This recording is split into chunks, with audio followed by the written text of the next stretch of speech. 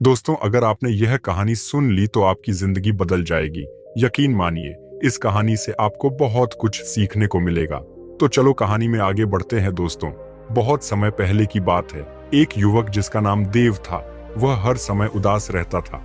वह हमेशा सोचता रहता कि मेरे साथ ही ऐसा क्यों होता है। वह हर किसी से अपनी तुलना करता, सोचता कि लोग खुश हैं और सफल हैं, और उसे देखो, वह हर समय उदास है। उसने कई बार अपने मित्रों और परिवार से बात की, लेकिन कोई भी उसके इस गहरे दुख को समझ नहीं सका। उसके प्रश्न का उत्तर कहीं नहीं मिला।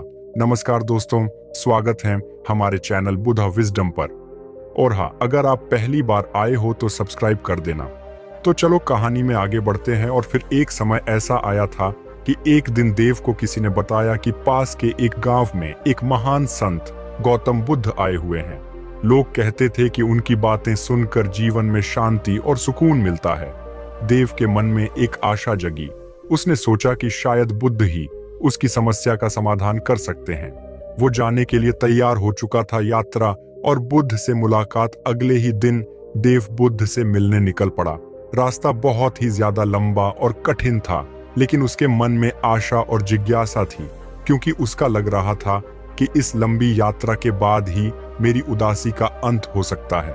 कई दिनों की यात्रा के बाद वह बुद्ध के आश्रम में पहुंचा और एक शांत वातावरण वाले स्थान पर बैठकर उनके दर्शन का इंतजार करने लगा।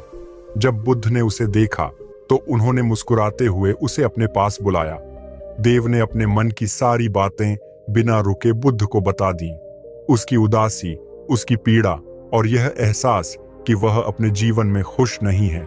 मतलब देव ने कुल मिलाकर गौतम बुद्ध से ये बोल दिया, आप मेरी समस्या का समाधान करिए। बुद्ध उसे सुनते रहे और फिर मुस्कुराते हुए धीरे से बोले, किसी तालाब के किनारे चलो, वहां मैं तुम्हें कुछ दिखाना चाहता हूं। तालाब का उदाहरण बुद्ध उसे एक शांत तालाब के पास ले गए और बोले, इस पानी को देखो, यह एकदम स्थिर है, जैसे तुम्हारा मन स्थिर होना चाहिए। गौतम बुद्ध ने देव से एक प्रश्न पूछा, लेकिन जब तुम इसमें पत्थर फेंकते हो तो क्या होता है? देव ने तालाब में एक पत्थर फेंका और पानी में लहरें बनने लगी। बुद्ध ने समझाया, तुम्हारा मन भी ऐसा ही है। जब तुम अपने मन में नकारात्मक विचारों का पत्थर फेंकते हो, तब वह अशांत हो जाता है। दुख और उदासी की लहरें फैल जाती हैं।